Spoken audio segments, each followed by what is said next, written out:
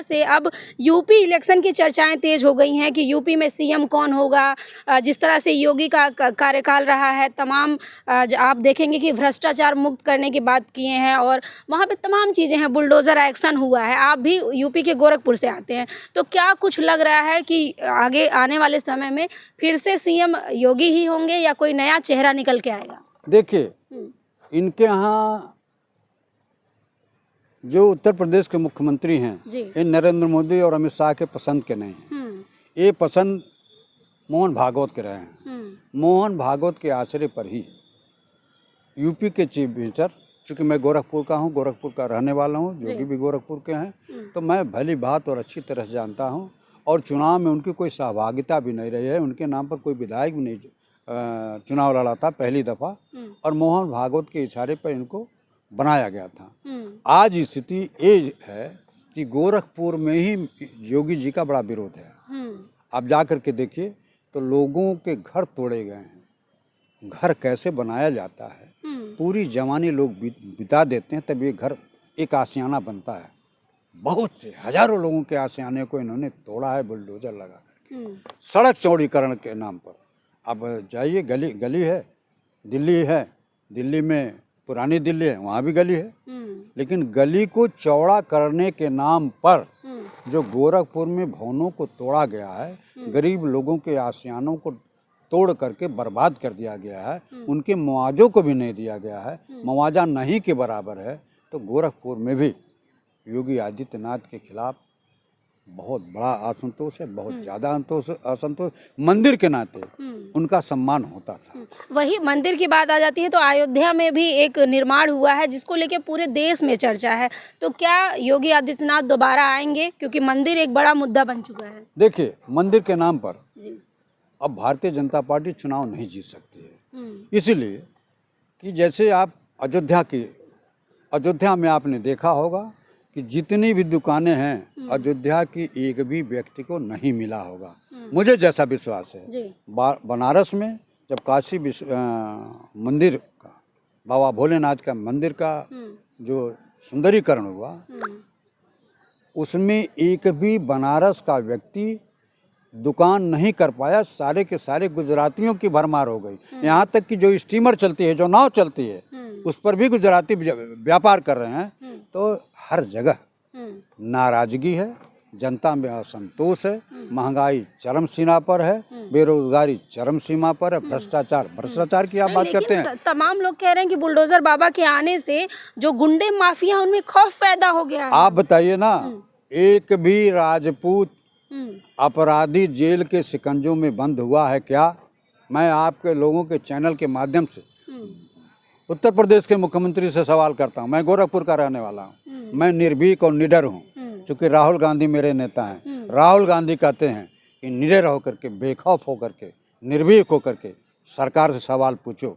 तो मैं योगी आदित्यनाथ से कहना चाहता हूं कि आपके राज्य में, आपकी सरकार में क्या कोई भी राजपूत अपराधी जेल के शिकंजों में बंद है? एक भी % राजपूत अपराधी जेल में बंद नहीं है। मैं डंके की चोट पर कहना चाहता हूँ। तो क्या अपराधियों की कोई जात होती है क्या? अगर ब्राह्मण अपराधी है तो उसको हटाओ, जेल में बंद करो। अगर राजपूत अधिकारी भी है तो उसको भी जेल में जाना चाहिए। लेकिन वह तो MLA है, वह तो MP है, वह मिनिस्टर है। मिनिस्टर भी तरह अनर्गल भाषण देता है। दो जातियों, दो धर्मों के बीच में, दो संप्रदाय के बीच में नफरत की दीवार खड़ा करना चाहते हैं। देखिए, सरकारें आती हैं, सरकारें जाती हैं। सरकार को आना जाना एक प्रक्रिया है। कांग्रेस सरकार नहीं है, आज भारतीय जनता पार्टी की सरकार है, कल दूसरे की सरकार है। ये सुनिश्चित है कि समय परिवर्तनशील है और यह योगी आदित्यनाथ की कुर्सी भी परिवर्तनशील होगी, ये मैं आपको वायदा करता हूँ। लेकिन तमाम लोग आकलन कर रहे हैं ना कि बिहार में बीजेपी ने सरकार बना लिया, अब इसी बिहार पे उत्तर प्रदेश में भी भाजपा आने वाली है। देखिए, ये 2025 है, खत्म होने वाला है। 2026 और 2027 2 साल का मौका इंडिया गठबंधन को है, और इंडिया गठबंधन तब तक वोट चोरी का पर्दाफाश इतने तरीके से कर देगा कि हिंदुस्तान का मुख्य चुनाव आयुक्त जेल में जाएगा, कोई रोक नहीं पाएगा। जय 3 बीत रहा है, तय साल बीत रहा है, उनको जेल जाना ही पड़ेगा। और वोट निष्पक्ष तौर तरीके से भविष्य में होना जरूरी है। ठीक है, तो देखिए तमाम अटकलें लगाई जा रही हैं, अभी से चुनावी सरगर्मी बढ़ चुकी है कि उत्तर प्रदेश में क्या कुछ होने वाला है। तमाम सवाल गिनवाए जा रहे हैं, बेरोज़गारी और माफिया जैसे तमाम बातें कही जा रही हैं। उसी पे गोरखपुर से आते हैं बृजनारायण शर्मा जी, ये भी बात रख रहे हैं कि गोरखपुर की जनता तो बेहद नाराज़ है। कई बार आरएसएस को बैन करने की मांग उठ चुकी है, इसको लेके मेरे साथ बृजनारायण शर्मा जी हैं, इनसे बातचीत करेंगे कि किस तरह से एक बार आरएसएस पे बैन लग भी चुका है। सर, किस तरह से आप देख रहे हैं आरएसएस को बैन करने की मांग क्यों बार-बार उठ रही है? देखिए, आरएसएस जो है ये देश के आज़ादी में किसी भी प्रकार का मदद नहीं किया है। कोई भी हिस्सेदारी देश की आज़ादी में इनका नहीं रहा। महात्मा गांधी की हत्या में इन लोगों के शामिल होने के शंका रहा है, जिनके ऊपर मुकदमे भी चले रहे हैं और यह लोग गोडसे को मानने वाले लोग हैं। जो गोडसे, नाथूराम गोडसे, जिन्होंने महात्मा गांधी की हत्या किया था। और एक बात बताइए, अगर इन लोगों को देश की आज़ादी से मतलब रहता तो किसी अंग्रेज की हत्या क्यों नहीं करते? महात्मा गांधी की हत्या क्यों करने के लिए ही क्यों चुना? तो ये लोग राष्ट्र विरोधी काम करते हैं। गांधी जी की हत्या की बात पूरी तरह से प्रतिबंध उस जमाने के गृह मंत्री सरदार भाई वल्लभ पटेल ने आरएसएस पर प्रतिबंध लगा दिया था। लेकिन आज के समय में नाथूराम गोडसे को लोग पूज रहे हैं और उनको राष्ट्रप्रेमी बता रहे हैं। अब आप बताइए, जिस गांधी ने निहत्थे होकर के देश की आज़ादी हासिल किया, जिस गांधी ने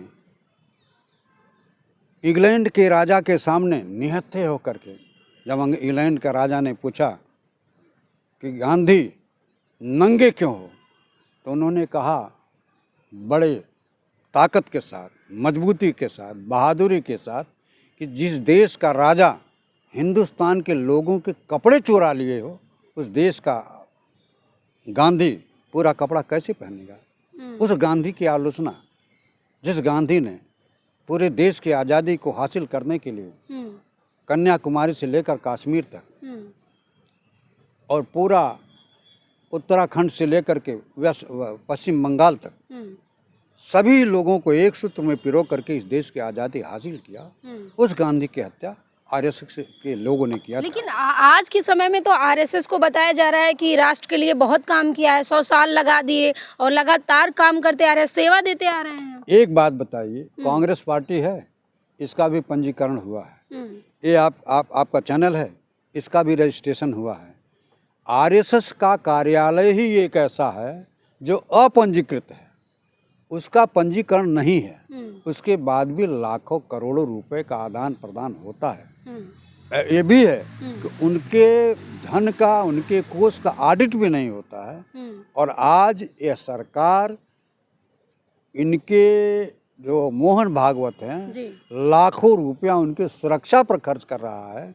एक दिन इनको हिसाब देना पड़ेगा। यदि इनकी सरकार जाती है तो पूरा का पूरा आरएसएस का को हिसाब देना पड़ेगा कि बिना किसी संवैधानिक पद पर होते हुए राष्ट्रीय स्वयंसेवक संघ के मोहन भागवत को इतनी सुरक्षा क्यों दी गई, इतने करोड़ों रुपए उनकी सुरक्षा पर क्यों खर्च किया गया?